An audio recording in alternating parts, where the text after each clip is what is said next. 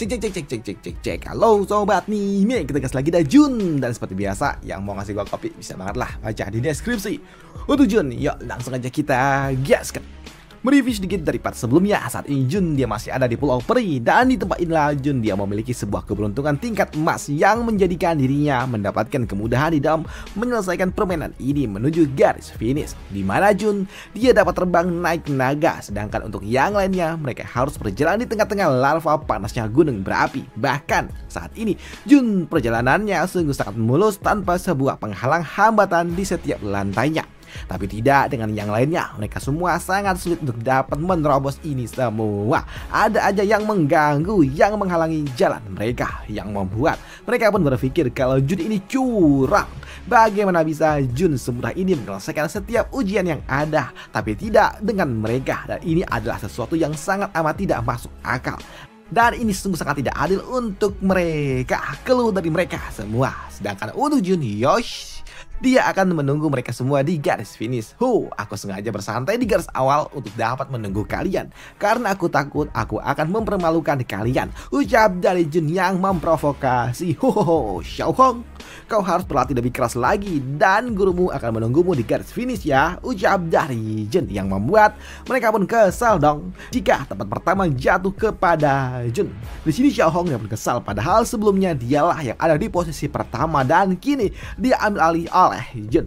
Sedangkan untuk Chen Xiao dia pun juga kesal. Dia sudah berjuang keras, tapi kenapa malah Jun yang mendapatkan semua kemudahan, dan ini adalah sesuatu yang tidak adil. Namun di sini mereka berdua juga sadar kalau posisi pertama akan diambil oleh Jun, maka posisi kedua harus menjadi milik mereka.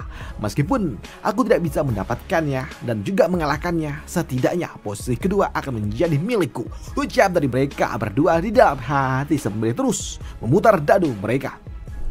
Sedangkan untuk Jun, dia dapat melihat persaingan sengit di antara Xiaohong dan juga Chen Xiao. Mereka berdua terlalu lambat, tidak ada yang dapat menyaingiku. Sungguh sangat sepi menjadi seorang yang tidak terkalahkan ini, ucap dari Jun. Dan karena Jun memang masih memiliki banyak waktu, so di sini Jun dia akan bersantai sejenak, alih-alih langsung menyelesaikan ke garis finish. Berkat keberuntungan emas yang aku miliki, semua ini terlalu mudah, dan ini semua bertentangan dengan kehendak langit, dan pastinya akan ada sesuatu yang luar biasa tak terduga di ujian selanjutnya, pikir dari Jun. Sedangkan untuk pengawas ujian, alamak, dia pun kaget dong. Jun dapat lulus dan finish di awal permainan, bahkan ini terlalu cepat untuk yang pernah ada. Ini luar biasa, keberuntungan apa yang telah dia miliki. Bukan cuma dapat finish lebih cepat, lemparan dadunya juga luar biasa, gila. Di sini orang tua ini dapat bingung, keberuntungan apa yang dimiliki oleh Jun. Bukan cuma lemparan dadu, tapi setiap kotak yang dia buka juga hadiahnya juga dan semua. Kupikir anak ini dia adalah anak kesayangan dewa kah? Pikir dari orang tua itu.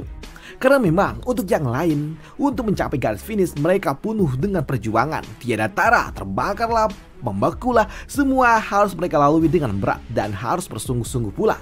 Jika tidak, mereka semua akan tersingkir.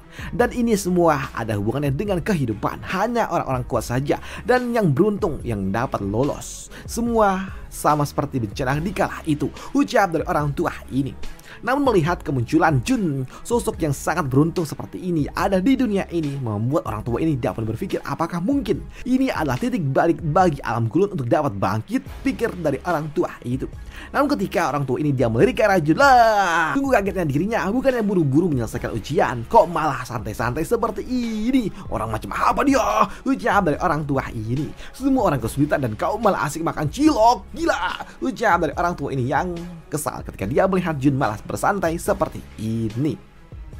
Namun di sudut lainnya, saat ini untuk Xiaohong dapat mencoba untuk dapat lulus di dalam ujiannya, dan dia mencoba untuk dapat menghindari setiap ranting-ranting dan juga akar-akar yang akan menjeratnya. Karena dengan tingkat kultivasi yang dia miliki saat ini akan sangat sulit bagi dirinya untuk dapat menghilangkan racun yang berasal dari akar-akar ini. Dan hal senada juga diucapkan oleh Chen Xiao, dimana dia berpikir bagaimana mungkin akar-akar ini sangat banyak, dan ketika Jun yang melewatinya, kenapa tidak ada akar satupun yang mencoba untuk dapat menghentikannya, pikir dari Chen Xiao yang kesal. Sedangkan untuk Xiao Hong, lagi-lagi dia pun terengah-engah walaupun memang pada akhirnya dia dapat melewati itu semua. Tapi ketika dia melirik ke arah Jun, dia pun benar-benar marah, kesal bagaimana mungkin Jun saat ini dia malah bersantai-santai. Dan hal senada juga diucapkan oleh Chen Xiao, di mana dia mengatakan bahkan nyawanya aja hampir aja melayang, tapi kenapa Jun malah asik-asik santai makan seperti ini? Ini nggak adil, ucap dari Chen Xiao.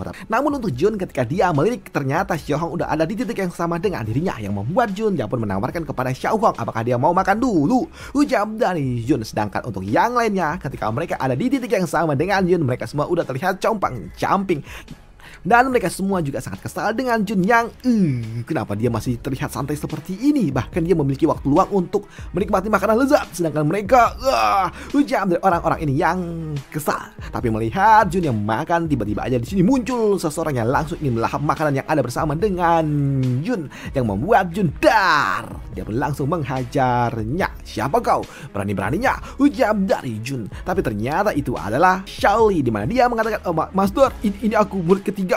Kenapa kau menghajarku? Ucap dari Xiaoli yang membuat Jun menyadari kalau itu ternyata adalah Xiaoli, membuat Jun, halo, ternyata itu adalah kau, sorry, aku tidak mengenalimu. Yang membuat Jun dia pun kini memberikan makanannya kepada Xiaoli. Nah, makanlah, ucap dari Jun yang membuat Xiaoli tentunya dia sungguh sangat senang dan dia sudah sangat amat kelaparan. Dan untuk Xiaoli dia juga bertanya apakah dia boleh memakan ini. Iya, makanlah, aku sudah kenyang, ucap dari Jun. Namun tak lama setelahnya jam pasir yang ada di tempat ini pun berhenti, yang artinya ujian tahap pertama sudah selesai, yang membuat pemenangnya akan mendapatkan berkah yang luar biasa.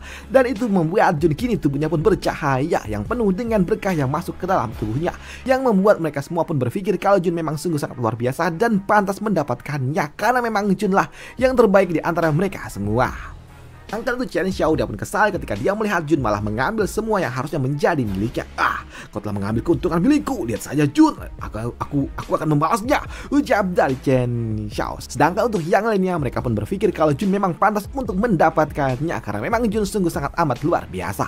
Namun untuk Jun sendiri, dia merasa kalau ini semua ya biasa aja, nggak ada bedanya. Tapi melihat Jun yang sepertinya tidak merasakan efek apapun, membuat orang-orang pun mulai berpikir kalau sepertinya ini ada yang nggak beres, dan itu membuat Jun kini dia pun berpura-pura kalau dia mendapatkan berkah yang luar biasa. Dan ini luar biasa, ucap dari Jun yang berpura-pura seolah-olah dia mendapatkan sesuatu yang luar biasa di dalam tubuhnya. Tapi melihat Jun yang berpura-pura seperti itu, tentunya membuat orang tua ini dia berkesal. Bagaimana mungkin Jun dia malah bersikap seperti ini? Kau membuatku kesal, ucap dari orang tua ini. Kau sungguh sangat sombong. Lihat saja, di ujian kedua aku akan membuat kau mendapatkan sesuatu yang menyakitkan, ucap dari orang tua ini.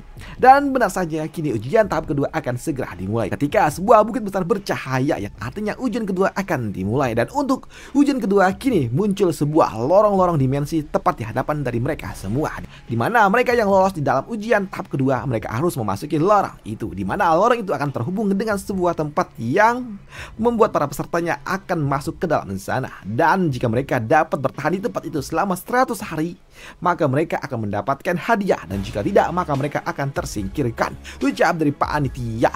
Yang membuat di sini Xiao Hong dia pun mengatakan kalau sepertinya ujian tahap kedua adalah ujian bertahan hidup.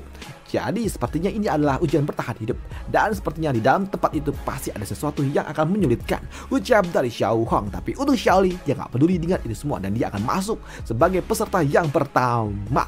Dan ketika Xiaoli dia memasukinya di sini, Xiaoli tiba-tiba aja dia pun ditransfer ke tempat lainnya lagi, yang membuat Xiaoli dia pun bingung dengan apa yang sebenarnya terjadi. Kemana pisauku, ucap dari Xiaoli. Apalagi ketika Xiaoli dia menyadari kalau saat ini tubuhnya tiba-tiba aja berubah menjadi tua seperti ini. Lah, kenapa aku jadi tua seperti ini? Wah, apa-apaan ini? Ucap dari Xiaoli. Yang membuat Xiaoli dia pun kesal dengan ini semua, karena saat ini tubuhnya menjadi tua seperti ini, yang tentunya akan sangat sulit bagi dirinya untuk dapat bergerak. Apalagi dia juga kehilangan senjata miliknya, dan itu membuat Xiaoli dia pun coba untuk dapat menenangkan hatinya dulu. Namun di sini untuk Pak Tua panitia, dia pun mengatakan kalau di dalam ujian kali ini bukanlah ujian biasa. Ini adalah sebuah ujian yang sangat amat menyulitkan untuk mereka semua, karena siapapun yang dapat bertahan kurang dari 100 hari, mereka semua akan disingkirkan. Tapi jika mereka dapat bertahan lebih dari 150 hari, itu adalah hal yang sungguh sangat amat luar biasa. Dan jika mereka dapat lebih dari 200 hari, maka itu adalah sesuatu yang sangat-sangat amat edan, karena belum ada yang dapat melakukannya. Tapi ketika setelah 200 hari hari, maka seluruh binatang buas yang ada di tempat ini akan keluar dan tentunya ujian akan semakin menyulitkan. Tapi jika mereka dapat melakukannya, maka ini adalah sesuatu yang luar biasa. Dan sekarang aku akan melihat apakah kau masih dapat sombong, ujar dari orang tua itu sembari melirik ke arah Jun. Dan apakah Jun akan bertahan di tempat ini?